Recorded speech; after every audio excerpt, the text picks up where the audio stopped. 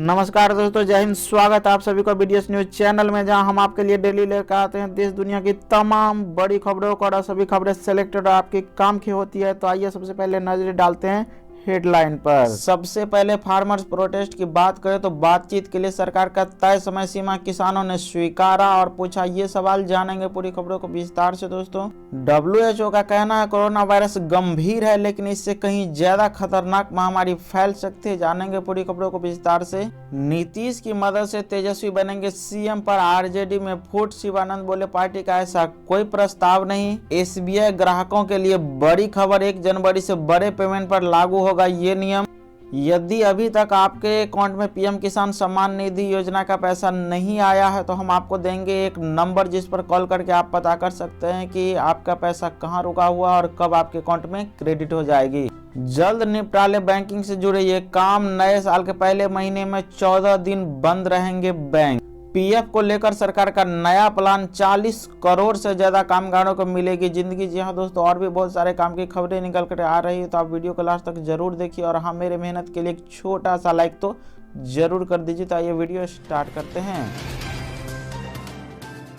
बातचीत के लिए सरकार का तय समय सीमा किसानों ने स्वीकारा और पूछा, ये सवाल। आपको बता दें दोस्तों कि नए कृषि कानून के विरोध में आंदोलन कर रहे किसान संगठनों ने वार्ता के लिए सरकार के प्रस्ताव को स्वीकार कर लिया है।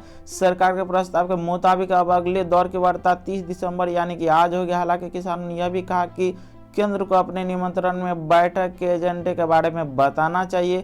संयुक्त किसान मोर्चा का सदस्य अभिमन्यु कुहार ने कहा कि केंद्र द्वारा प्रस्तावित तारीख पर बैठक में भाग लेने के लिए किसान सहमत हो गए हैं। केंद्र के नए कृषि कानूनों के खिलाफ 40 संगठनों का प्रतिनिधिमंडल सरकार से वार्ता करेगा। कुहार ने से कहा, सरकार को 26 दिसंबर को भेजे गए अपने पत्र में हमने स्पष्ट रूप से वार्ता के एजेंडे के तौर पर 3 कृषि कानूनों को वापस लेने और एमएसपी की कानूनी गारंटी का जिक्र किया था, लेकिन इसके बावजूद सरकार ने आज के पत्र में किसी विशिष्ट एजेंडे का जिक्र नहीं किया है। WHO ने कहा कोरोना वायरस गंभीर है, लेकिन इससे कहीं ज्यादा खतरनाक महामारी फैल सकती है। आपको बताएं दोस्तों कि पिछले 1 साल से सारी दुनिया में जानलेवा साबित हो रहे नोवेल कोरोना वायरस के बाद विश्व स्वास्थ्य संगठन ने चेतावनी दी कि इससे भी ज्यादा खतरनाक महामारी आ सकती है और दुनिया को उससे निपटने की तैयारी को लेकर गंभीर हो जाना चाहिए। चीन में नए कोरोना वायरस के सामने आने का 1 साल पूरा हो चुका और इस वायरस के बारे में संयुक्त राष्ट्र की एजेंसी द्वारा दुनिया भर को जानकारी दी। अब तक WHO के इमरजेंसी प्रमुख माइकल रेयान ने पत्रकारों से बातचीत के दौरान कहा, यह वेक अप कॉल है। पिछले 1 साल में नोवेल कोरोना वायरस और इससे होने वाले रोग कोविड-19 की चपेट में लगभग 8 करोड़ लोग आ चुके हैं और दुनिया भर में 18 लाख से ज्यादा लोग जान भी गंवा चुके हैं। रयान ने कहा, यह महामारी बेहद ही गंभीर है। इसके साथ ही उन्होंने चेतावनी देते हुए कहा, यह बेहद तेजी से सारी दुनिया में फैला और इसके ग्रह हर कोने पर इसका असर हुआ, लेकिन जरूरी नहीं कि यह सबसे बड़ी महामारी हो। माइकल रेयान ने जोर देकर पत्रकारों से कहा, यह वायरस बहुत संक्रामक है और लोगों को मार भी रहा है, लेकिन इसकी मौजूदा मृत्यु दर काफी कम है अगर इसकी तुलना अन्य रोगों से की जाए जो सामने आ रही है।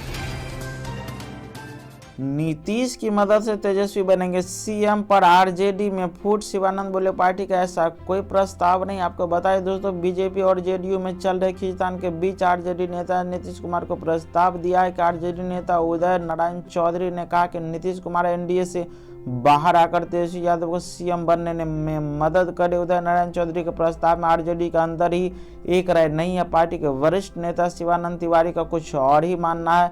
नवभारत टाइम्स से बातचीत करते हुए शिवानंद तिवारी ने कहा कि मुझे जानकारी नहीं है, मैंने भी अखबार में पढ़ा है कि किसी के खास आदमी के मन में यह बात आई होगी। साथ ही शिवानंद तिवारी ने कहा कि अभी उनका एक बयान है कि हम मुख्यमंत्री नहीं बनना चाहते और बीजेपी ने ही दबाव डाला तो हम सीएम बने। उसके बाद सुशील मोदी ने कहा कि हाँ, वह नहीं बनना चाहते तो हम लोगों के कहने पर ही बने हैं।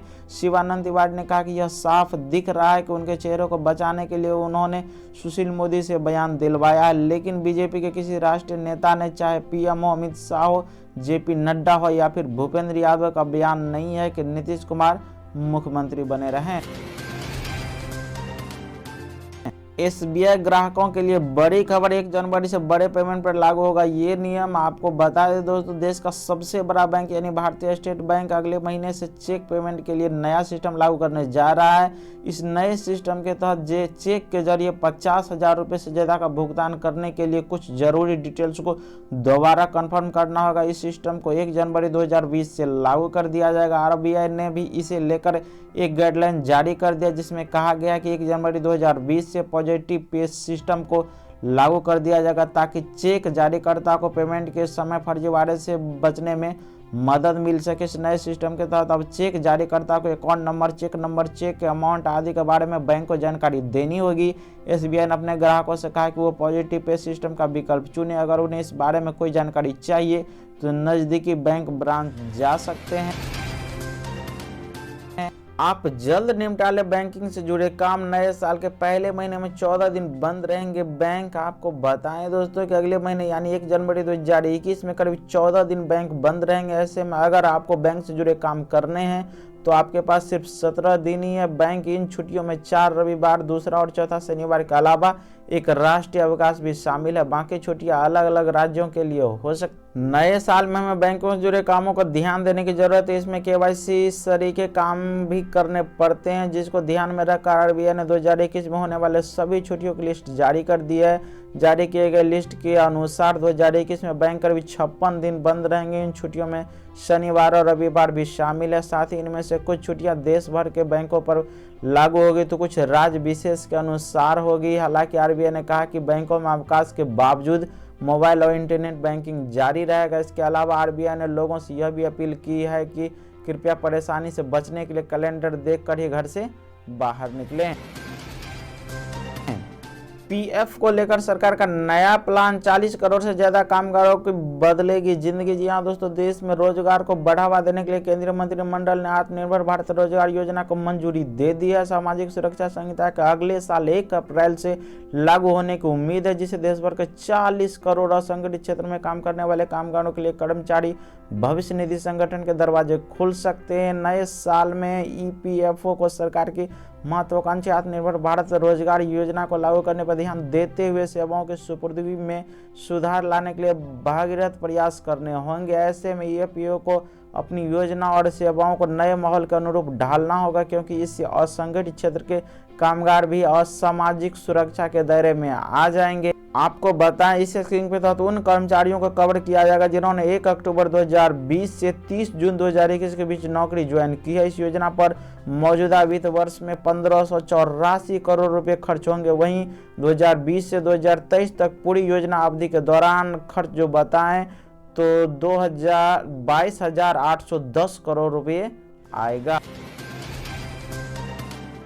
अगर पीएम किसान सम्मान निधि योजना का पैसा आपके अकाउंट में अभी तक नहीं आया है, आपको बताएं कि 25 दिसंबर को ही पीएम किसान सम्मान निधि योजना का पैसा किसान भाइयों के खाते में डाल दिया गया था। लेकिन अभी तक यदि आपके अकाउंट में नहीं आया है तो आपको हम एक हेल्पलाइन नंबर दे रहे हैं, जो नंबर इस प्रकार है 01124300606 पर कॉल करके आप अपने खाता संबंधित जानकारी ले सकते हैं और वहां से पूछ सकते हैं कि आपके अकाउंट में अभी तक पैसा क्यों नहीं आया और कब आपके अकाउंट में क्रेडिट हो जाएगा। मौसम विभाग ने कड़ाके की ठंड में उत्तर भारतीयों को शराब से दूर रहने की सलाह दी है। जी हां दोस्तों, भारतीय मौसम विभाग का कहना है कि अगले कुछ दिनों में राजधानी दिल्ली और उत्तर भारत के इलाकों में कड़ाके की ठंड पड़ने वाली है। ऐसे में घर में बैठे बैठे या नए साल की पार्टी में शराब पीना बहुत ही नुकसानदेह हो सकता है, क्योंकि मौसम विभाग ने अपनी एडवाइजरी में कहा कि कड़ाके की सर्दी और शीतलहर के दौरान फ्लू, जुकाम, नाक से खून निकलने जैसी समस्या होने की आशंका है। जो ऐसी दिक्कतों से जूझ रहे हैं, जो लंबे समय तक ठंड रहने के कारण उनकी परेशानियां भी बढ़ेगी। एडवाइजरी में कहा गया है कि शराब ना पिए, इससे आपके शरीर का तापमान कम होता है। घर के भीतर है विटामिन सी युक्त फलों का सेवन करें, अपनी त्वचा को नरम रखें ताकि कड़ाके की ठंड के प्रभाव से बचा जा सके। धरने पर बैठे किसान और गुस्साए किसानों ने मुकेश अंबानी के टावर को तोड़ने का प्रयास किया और उन्होंने 1500 टावर को तोड़ने में कामयाब भी हुए हैं, जिससे वहां पर सुविधा बाधित हुई है। लेकिन आपको बताएं, कि मुकेश अंबानी के टावर समझकर जो किसान भाई उनको तोड़े हैं। आपको बताएं कि उन्हें कुछ महीने पहले ही मुकेश अंबानी ब्रुकफील्ड को बेच चुके हैं।